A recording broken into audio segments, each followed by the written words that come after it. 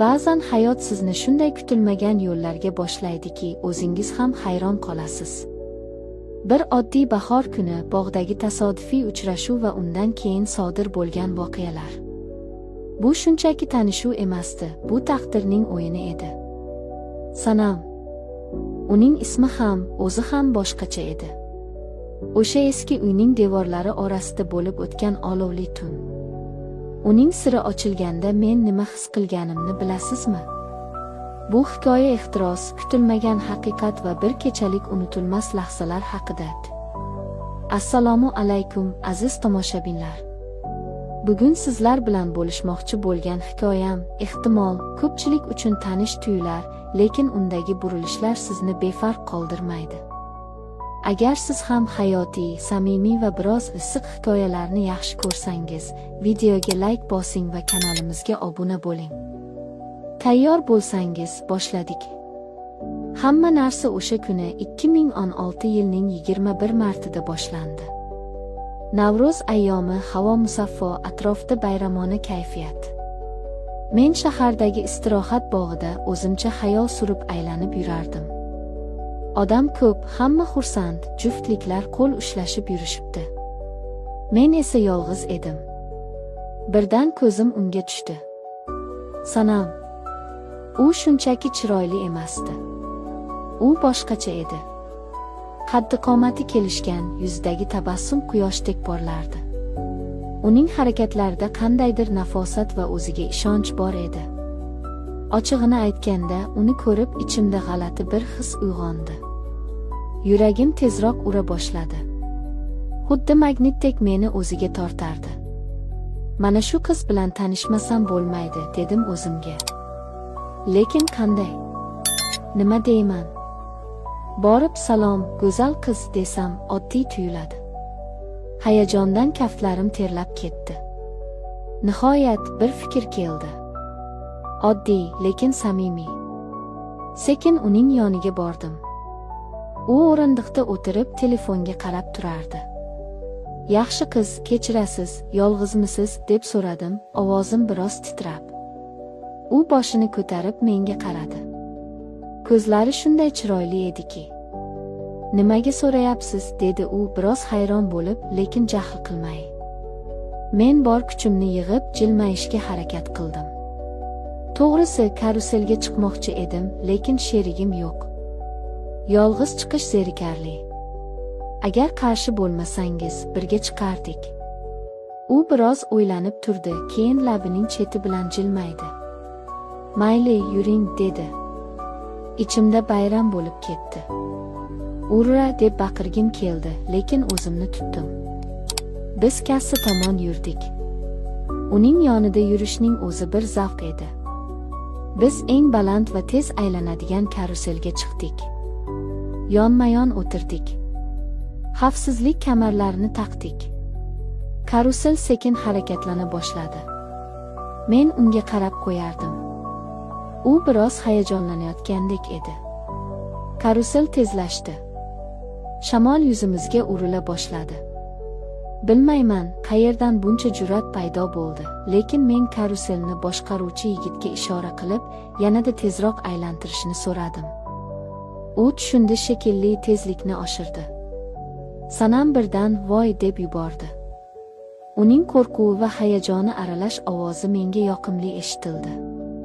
Karusel eng yuqori nuqtaga yetganda Sanam muvozanatni yo'qotib, beixtiyor menga yopishib oldi. Uning qo'llari mening bilagimni mahkam siqdi, boshi yelkamga tegdi. Oh, bu lahza! Uning yaqinligi, atirining hidi, qo'rquvdan tezlashgan nafasi. Bu juda yoqimli edi. Men uni himoya qilayotgandek his qildim.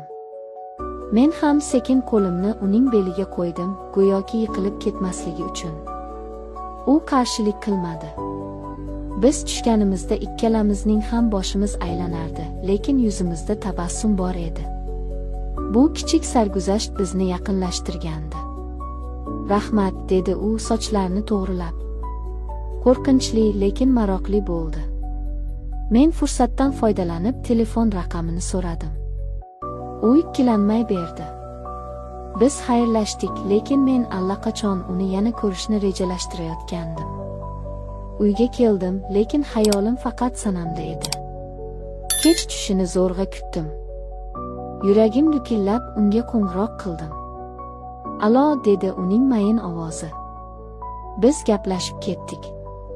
Bugungi kun taassurotlari o'zimiz haqimizda. Suhbatimiz juda oson va samimiy kechdi. Men unga bog'lanib qolayotganimni his qilardim. 2 kun o'tdi. Men unga tez-tez qo'ng'iroq qiladigan, sims yozadigan bo'ldim. 3-kuni kechqurun yana telefonda gaplashib turganimizda men o'zimni tutolmadim. "Sanam", dedim, ovozim titrab. "Bilaman, balki bu juda tezdir, lekin men seni sevib qoldim shekilli. Seni o'ylamasdan turolmayapman." Telefonda sukunat cho'kdi. Men nafas olishni ham unutib, uning javobini kutardim. Rad etsa nima bo'ladi? Ustimdan kulsachi? "Rostdanmi?" dedi u nihoyat, ovozida hayrat va biroz ishonchsizlik bilan. "Rost", dedim qat'iy. Birinchi ko'rganimdanoq. Yana sukunat. Keyin uning pichirlagan ovozi eshitildi. "Bilasizmi, men ham siz haqingizda ko'p o'yladim." Bu so'zlar men uchun dunyodagi eng chiroyli musiqa edi. Biz bir-birimizga ko'ngil qo'ygandik. Endi uchrashishimiz shart edi. Ertasiga o'sha tanishgan bog'imizda uchrashdik. U keldi. Bugun yanada go'zalroq edi. Oddiy ko'ylakda bo'lsa ham malikadek ko'rinardi. Biz o'rindiqda o'tirdik. Men uning qo'lidan tutdim. Uning kaftlari yumshoq va issiq edi. Biz bir-birimizning ko'zlarimizga tikilib, sukunatda ham ko'p narsalarni gaplashardik. Mening xayollarim esa allaqachon boshqa joylarda edi. Uning lablari shunday jozibali ediki. "Sanam, jonim", dedim unga yaqinlashib.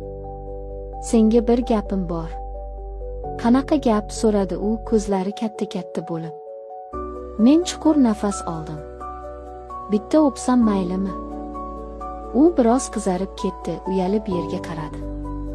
Keyin sekin boshini ko'tarib ko'zlarimga qaradi va jilmaydi. "Faqat bitta", dedi u sho'xlik bilan. Men uning bu ruxsatini kutib o'tirmadim. Uni bag'rimga bosdim va lablardan o'pdim. Bu mening hayotimdagi eng shirin bo'sa edi. Uning lablari gilosdek shirin va yumshoq edi. Biz biroz shunday o'tirdik. Keyin Sanam birdan o'rnidan turdi. "Yuring, sizga bir joyni ko'rsataman", dedi u sirli ohangda. "Qayerga?" hayron bo'ldim men. "Yuravering, yaqin", dedi u va qo'limdan tortib yetakladi. Biz bog'ning chekkasiga, odamlar kam yuradigan joyga keldik. U yerda eski, qarovsiz qolgan bir bino bor edi. "Bu yer tinch", dedi Sanam binoga ishora qilib. "Hech kim xalaqit bermaydi." Uning maqsadi nima ekanligini tushuna boshladim va yuragim tez urib ketdi. Bu men kutmagan burilish edi. Biz o'sha eski uyga kirdik. Ichkarisi qorong'u, chang bosgan, lekin bu bizni umuman qiziqtirmasdi. Eshik yopilishi bilan Sanam menga o'girildi va meni mahkam quchoqlab o'pa boshladi. Bu safar u faolroq edi. Uning o'pichlarida chanqoqlik, ehtiros bor edi. Men ham javob qaytardim. Uning bo'yinlaridan o'pdim, sochlarini siladim. Ehtiros olovi bizni qamrab oldi. Biz bir-birimizni yechintira boshladik. Kiyimlar yerga tushdi. Oyning xira nuri derazadan tushib, uning go'zal qomatini yoritardi. U haqiqatan ham mukammal edi. Men uning ko'kraklarini erkalay boshladim. U boshini orqaga tashlab zavqdan ingradi. "Jonim, sizni sevaman", deb pichirlardi u. Men uning tanasining har bir nuqtasini o'pib silab chiqdim. Uning titrayotgan tanasi, tezlashgan nafasi mening ehtirosimni yanada oshirardi. Bir payt men to'xtadim. Vijdonim uyg'ongandek bo'ldi. "Sanam, jonim, men seni qiynab qo'ymaymanmi?" dedim xavotir bilan. "Axir sen hali qiz bolasan-ku." U ko'zlarini ochdi. Uning nigohida qandaydir g'amginlik va qat'iyat bor edi. Yo'q.